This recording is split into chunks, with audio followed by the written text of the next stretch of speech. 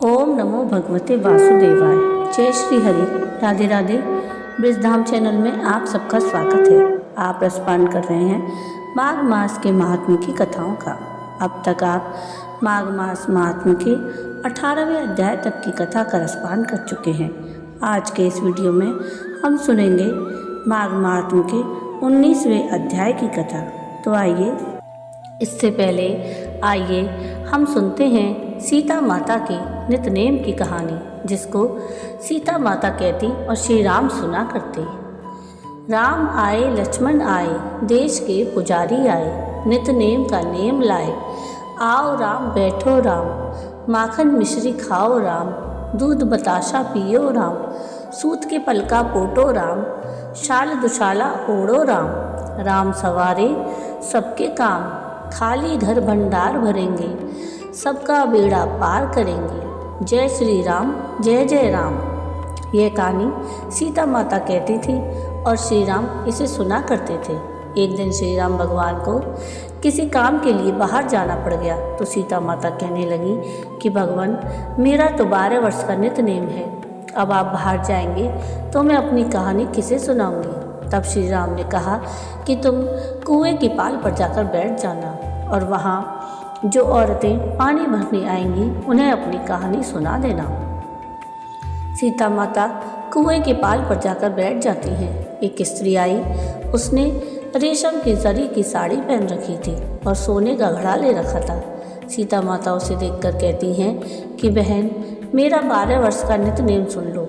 और वह स्त्री बोली कि मैं तुम्हारा नितनेम सुनूंगी तो मुझे घर जाने में देर हो जाएगी और मेरी सास मुझसे लड़ेगी। उसने कहानी नहीं सुनी और चली गई।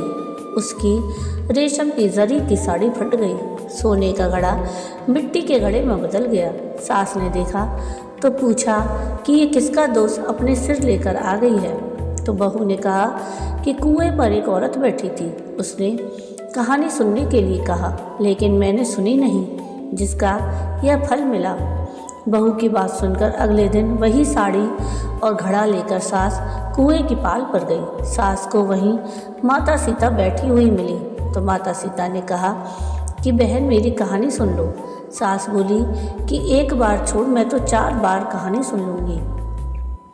राम आए लक्ष्मण आए, देश के पुजारी आए, नितनेम का नेम लाए। आओ राम बैठो राम, तपी रसोई जियो राम, माखन मिश्री खाओ राम, दूध बताशा पियो राम, सूत के पलका मोटो राम, शाल दुसाला ओढ़ो राम, शाल दुसाला ओढ़ो राम। जब बोलूं जब राम ही राम, राम सवारे सबके काम, खाली घर भंडार भरेंगे, सबका बेड़ा पार करेंगे। जय राम जय राम, जय श्री राम। सास बोली कि बहन, कहानी तो बड़ी अच्छी लगी। कहानी सुनकर सास घर चली गई और उसकी साड़ी फिर से रेशम जरी की बन गई और मिट्टी का घड़ा फिर सोने के घड़े में बदल गया। बहू कहने लगी, सासू माँ, आपने ये सब कैसे किया? तो सास ने कहा कि बहू, तू दोष लगा के आई थी और मैं अब दोष उतार कर आ रही हूँ। बहू ने फिर पूछा कि वह कुएं वाली स्त्री कौन है? सास बोली कि वो सीता माता थी, वो पुराने से नया कर देती हैं, खाली घर में भंडार भर देती हैं, वे लक्ष्मी जी का वास घर में कर देती हैं, आदमी की जो भी इच्छा हो उसे पूरा कर देती हैं। बहू बोली कि ऐसी कहानी मुझे भी सुना दो। सास बोली कि ठीक है, तुम भी सुनो। और सास ने कहानी शुरू की। राम आए लक्ष्मण आए, देश के पुजारी आए, नितनेम का नेम लाए। आओ राम बैठो राम, तपी रसोई जियो राम, माखन मिश्री खाओ राम, दूध बताशा पियो राम, सूत के पलका मोठो राम, शाल दुशाला पोठो राम, शाल दुशाला ओढ़ो राम। जब बोलूं जब राम ही राम, राम सवारे सबके काम, खाली घर भंडार भरेंगे, सबका बेड़ा पार करेंगे। श्री राम जय जय राम। कहानी सुनकर बहू बोली कि कहानी तो बहुत अच्छी है। सास ने कहा कि ठीक है, इस कहानी को अब हम रोज़ कहा करेंगे। अब सास बहू रोज़ सवेरे उठती, नहाती धोती और पूजा करने के बाद नितनेम की सीता जी की कहानी कहती। एक दिन उनके यहाँ एक पड़ोसी औरत आई और बोली कि बहन, जरा सी आँच देना। तो वह बोली कि आँच तो अभी हमने जलाई ही नहीं। पड़ोसन ने कहा कि तुम सुबह 4 बजे से उठकर क्या कर रही हो फिर? उन्होंने कहा कि सुबह उठकर हम पूजा करते हैं, फिर सीता माता की नित्यनेम की कहानी सुनते हैं। पड़ोसन ने उनकी बात सुनकर फिर कहा कि सीता माता की कहानी कहने से तुम्हें क्या मिला?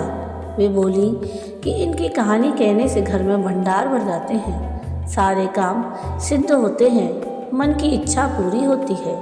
पड़ोसन कहती है कि बहन, ऐसी कहानी तो मुझे भी सुना दो। फिर वह बोली कि ठीक है, तुम भी यह कहानी सुन लो। राम आए लक्ष्मण आए, देश के पुजारी आए, नित्यनेम का नियम लाए, आओ राम बैठो राम। सारी कहानी सुनने के बाद पड़ोसन कहने लगी कि बहन, कहानी तो मुझे बहुत अच्छी लगी। अब वह पड़ोसन भी नित्यनेम सीता माता की कहानी सुनने लगी। कहानी कहने से सीता माता ने पड़ोसन के घर भी भंडार भर दिए।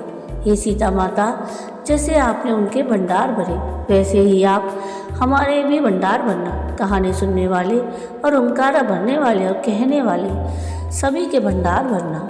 माता सीता की जय हो। आइए अब सुनते हैं माघ महात्म्य की 19वें अध्याय की कथा। वह 5 कन्याएं इस प्रकार विलाप करती हुई बहुत देर प्रतीक्षा करके अपने घर लौटी। जब घर में आई तो माताओं ने कहा कि इतना विलम्ब तुमने क्यों कर दिया? तब कन्याओं ने कहा कि हम किन्नरियों के साथ क्रीड़ा करती हुई सरोवर पर थी और कहने लगी कि आज हम थक गई हैं और जाकर लेट गईं। वशिष्ठ जी कहते हैं कि इस प्रकार आशय को छुपाकर वह विरह की मारी पड़ गईं। उन्होंने घर में आकर किसी प्रकार की क्रीड़ा नहीं की। वह रात्रि उनको एक युग के समान बीती। सूर्य नारायण के उदय होते ही वह अपने आप को जीवित मानती हुई माताओं की आज्ञा लेकर गौरी पूजन करने वह कन्याएं वहां पर जाने लगीं। उसी समय ब्राह्मण भी स्नान करने के लिए सरोवर पर आया। उसके आने पर कन्याओं ने वाह वाह किया। जैसे कमलिनी प्रातःकाल सूर्योदय को देखकर कहती हैं, उसको देखकर उनके नेत्र खुल गए और उस ब्रह्मचारी के पास चली गईं। आपस में एक दूसरे का हाथ पकड़कर चारों तरफ से उसको घेर लिया और कहने लगी कि मूर्ख, उस दिन तू भाग गया था, लेकिन आज नहीं भाग सकता। हम लोगों ने तुमको घेर लिया है। ऐसे वचन सुनकर बाहुपाश में बंधे हुए ब्राह्मण ने मुस्कुराकर कहा, तुमने जो कुछ कहा सो ठीक ही है, परंतु मैं तो अभी विद्याभ्यास और ब्रह्मचारी हूँ। गुरुकुल में मेरा विद्याभ्यास पूरा नहीं हुआ है। पंडित को चाहिए कि जिस आश्रम में रहे उसके धर्म का पालन करे। इस आश्रम में मैं विवाह करना धर्म नहीं समझता। अपने व्रत का पालन करके और गुरु की आज्ञा पाकर ही विवाह कर सकता हूँ, उससे पहले नहीं कर सकता। यह बात सुनकर वह कन्या इस प्रकार बोली जैसे बैसाख मास में कोयल बोलती है। वह कहने लगी कि धर्म से अर्थ और अर्थ से काम और काम से धर्म के फल का प्रकाश होता है। ऐसा ही पंडित लोग और शास्त्र कहते हैं। हम काम सहित धर्म की अधिकता से आपके पास आए हैं, सो आप पृथ्वी के सब भोगों को भोगिए। उस ब्राह्मण ने कहा कि तुम्हारा वचन सत्य है, किंतु मैं अपने व्रत को समाप्त करके ही विवाह कर सकता हूँ, पहले नहीं कर सकता। तब वे कन्याएं कहने लगी कि तुम मूर्ख हो।